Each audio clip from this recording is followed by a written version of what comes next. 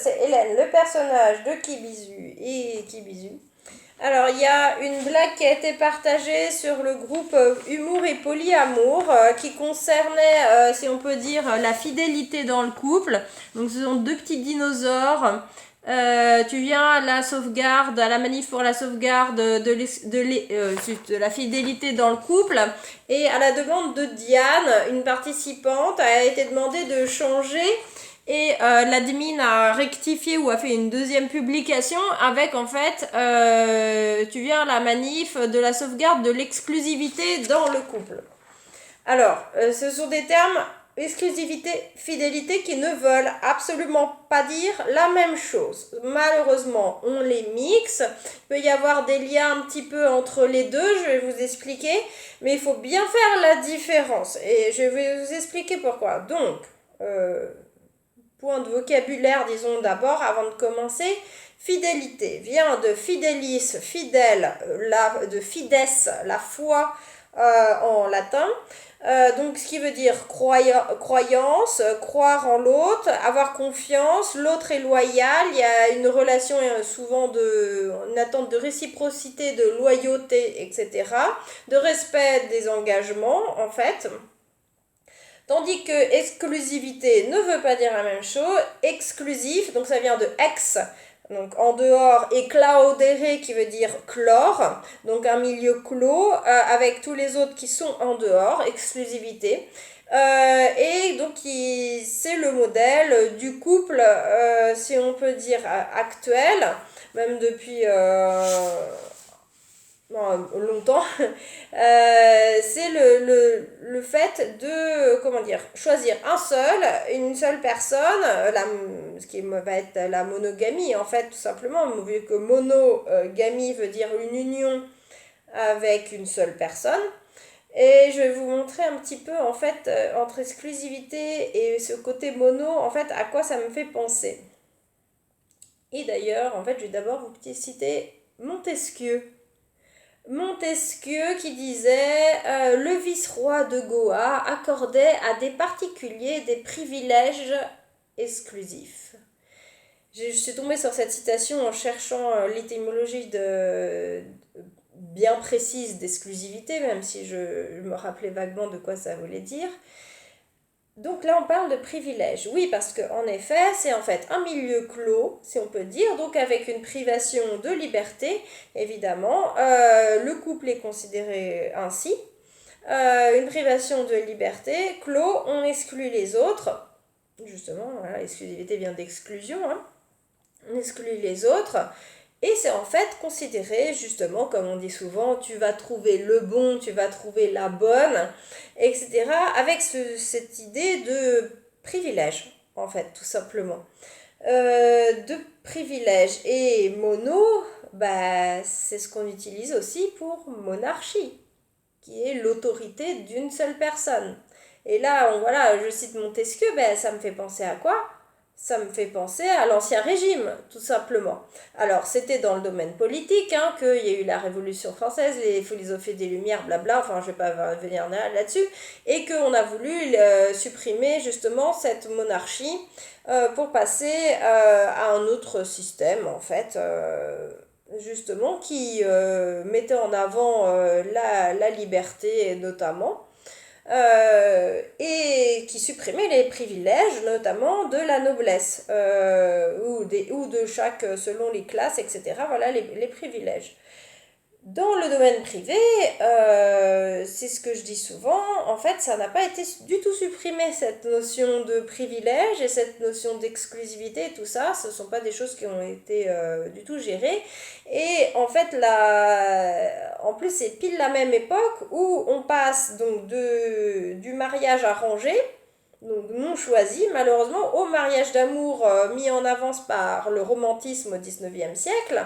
Et enfin, heureusement d'ailleurs, si on peut dire, les jeunes peuvent choisir avec qui ils vont se marier, c'est pas des arrangements entre familles, gna gna gna. Sauf que, en fait, le romantisme a gardé les fonds de tiroir. Alors, je pense qu'il faut une progression dans l'histoire, justement. Et si on arrive au 21e siècle, avec depuis la fin du 20e siècle même, à des idées, justement, de supprimer l'exclusivité, je pense que, voilà, c'est une progression historique un peu logique et progressive, parce qu'on ne peut pas tout changer d'un coup. Les choses se font petit à petit.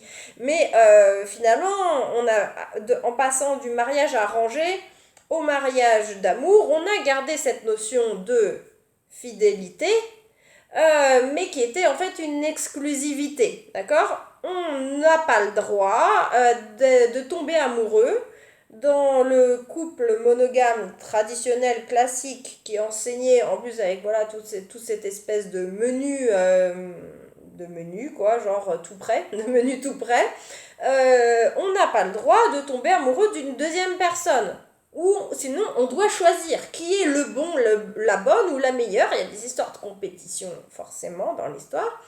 Et ben, le bon, la bonne, et ça m'est arrivé plein de fois de discuter dans les cafés polis avec des gens qui se posaient des questions, qui disaient je comprends pas. Je suis mariée, j'aime ma femme ou j'aime mon mari, et je suis tombée amoureuse ou amoureux d'un collègue, d'une collègue, ou même des fois avec des histoires éventuellement de bisexualité ou de je sais pas comment on peut dire, enfin, de plus, plus laissé, parce que bisexualité ça entend sexe, et vu que moi je sépare les bulles justement, et je pense que c'est nécessaire de séparer vraiment les bulles, car justement oui on peut comment dire continuer à garder ses engagements par exemple, donc être fidèle à son partenaire avec qui on a des enfants, gérer l'éducation ensemble des enfants, etc. Même on peut continuer à l'aimer, mais on peut tomber amoureux de quelqu'un d'autre. Et dans ce cas-là, qu'est-ce qu'on fait? Qu'est-ce qu'on fait? Ça m'est arrivé de discuter comme ça, je vous dis, avec des gens qui étaient tristes parce qu'ils s'étaient fait quitter, parce qu'ils devaient choisir entre les deux. Ils avaient un petit peu genre, on leur réclamait l'exclusivité, on leur réclamait des privilèges. Donc, des fois, ils ont choisi, avec souvent de la tristesse même d'ailleurs. Je dis pas pour tout le monde, mais il y en a certains, des fois, ça m'est arrivé de rencontrer des gens qui étaient tristes, qui vraiment étaient tristes, malheureux que leur mari ou leur femme les ait quittés à cause de cette histoire de non-exclusivité. Et ils pouvaient rien, enfin, ils ont dû quitter, enfin, ou ils se sont fait quitter par quelqu'un qu'ils aimaient et ils étaient tristes. Parce que malheureusement, en fait, on n'enseigne pas justement à séparer, comme je vous dis, les bulles. On apprend que c'est un tout en un, ça, je vous dis, ça date du 19e siècle, vu qu'autrefois, en fait, le mari ou la femme, c'était juste les bulles 3 et 5 en fait, avec un tout petit peu de 2, mais bon, voilà, mais d'une certaine manière, on pouvait aussi aller voir ailleurs. C'était peut-être plus accepté dans le sens où on n'avait pas choisi sa femme et son mari, c'était nos parents qui l'avaient choisi pour nous. Donc, tout ce qui est comédie de Molière, les trucs comme ça parle de ça en fait. Enfin, et heureusement que ça a été aboli. Mais il y a certains privilèges qui continuent d'exister, et notamment ces privilèges exclusifs. Alors, on peut se mettre d'accord avec des partenaires, même quand on est en relation non exclusive, sur des limites, sur des engagements. Moi, c'est ce que je fais par exemple avec ma partenaire. Donc, dans ce cas, on parle de polyfidélité. On est fidèle, on peut même, ou fidélité de court, on est fidèle, loyal sur les engagements, ou on est d'accord pour les rediscuter et communiquer dessus, mais on n'est pas exclusif. Donc ne mixons pas le terme de fidélité et d'exclusivité. C'est pas la même chose. Quand on souhaite une exclusivité, il faut le dire. Il faut dire, ok, alors on est en couple. C'est comme si on prenait, on est en couple, donc automatiquement le deuxième m'appartient. C'est ce que dénonçaient Sartre et Beauvoir en leur temps aussi, hein, le couple, sur leur critique du couple.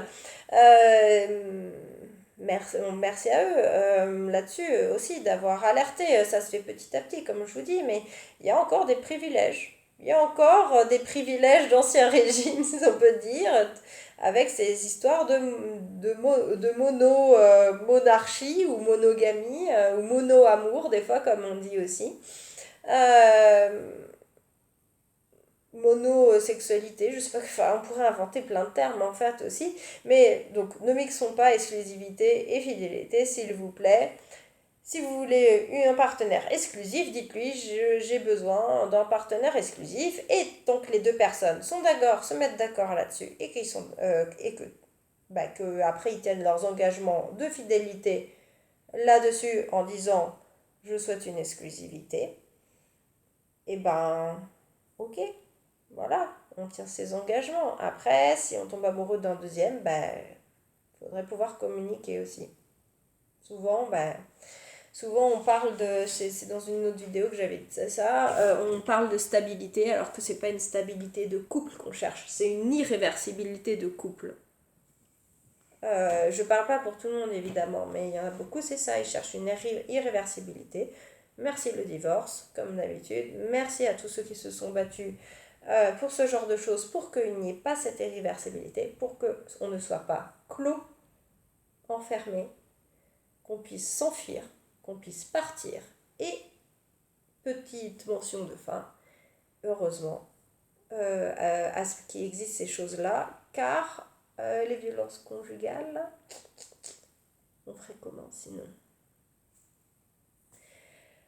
Voilà, petite note de fin. Donc attention, fidélité, exclusivité, discutez-en, mettez-vous d'accord, mais ne mixez pas tous les termes. C'est pas la même chose. Voilà.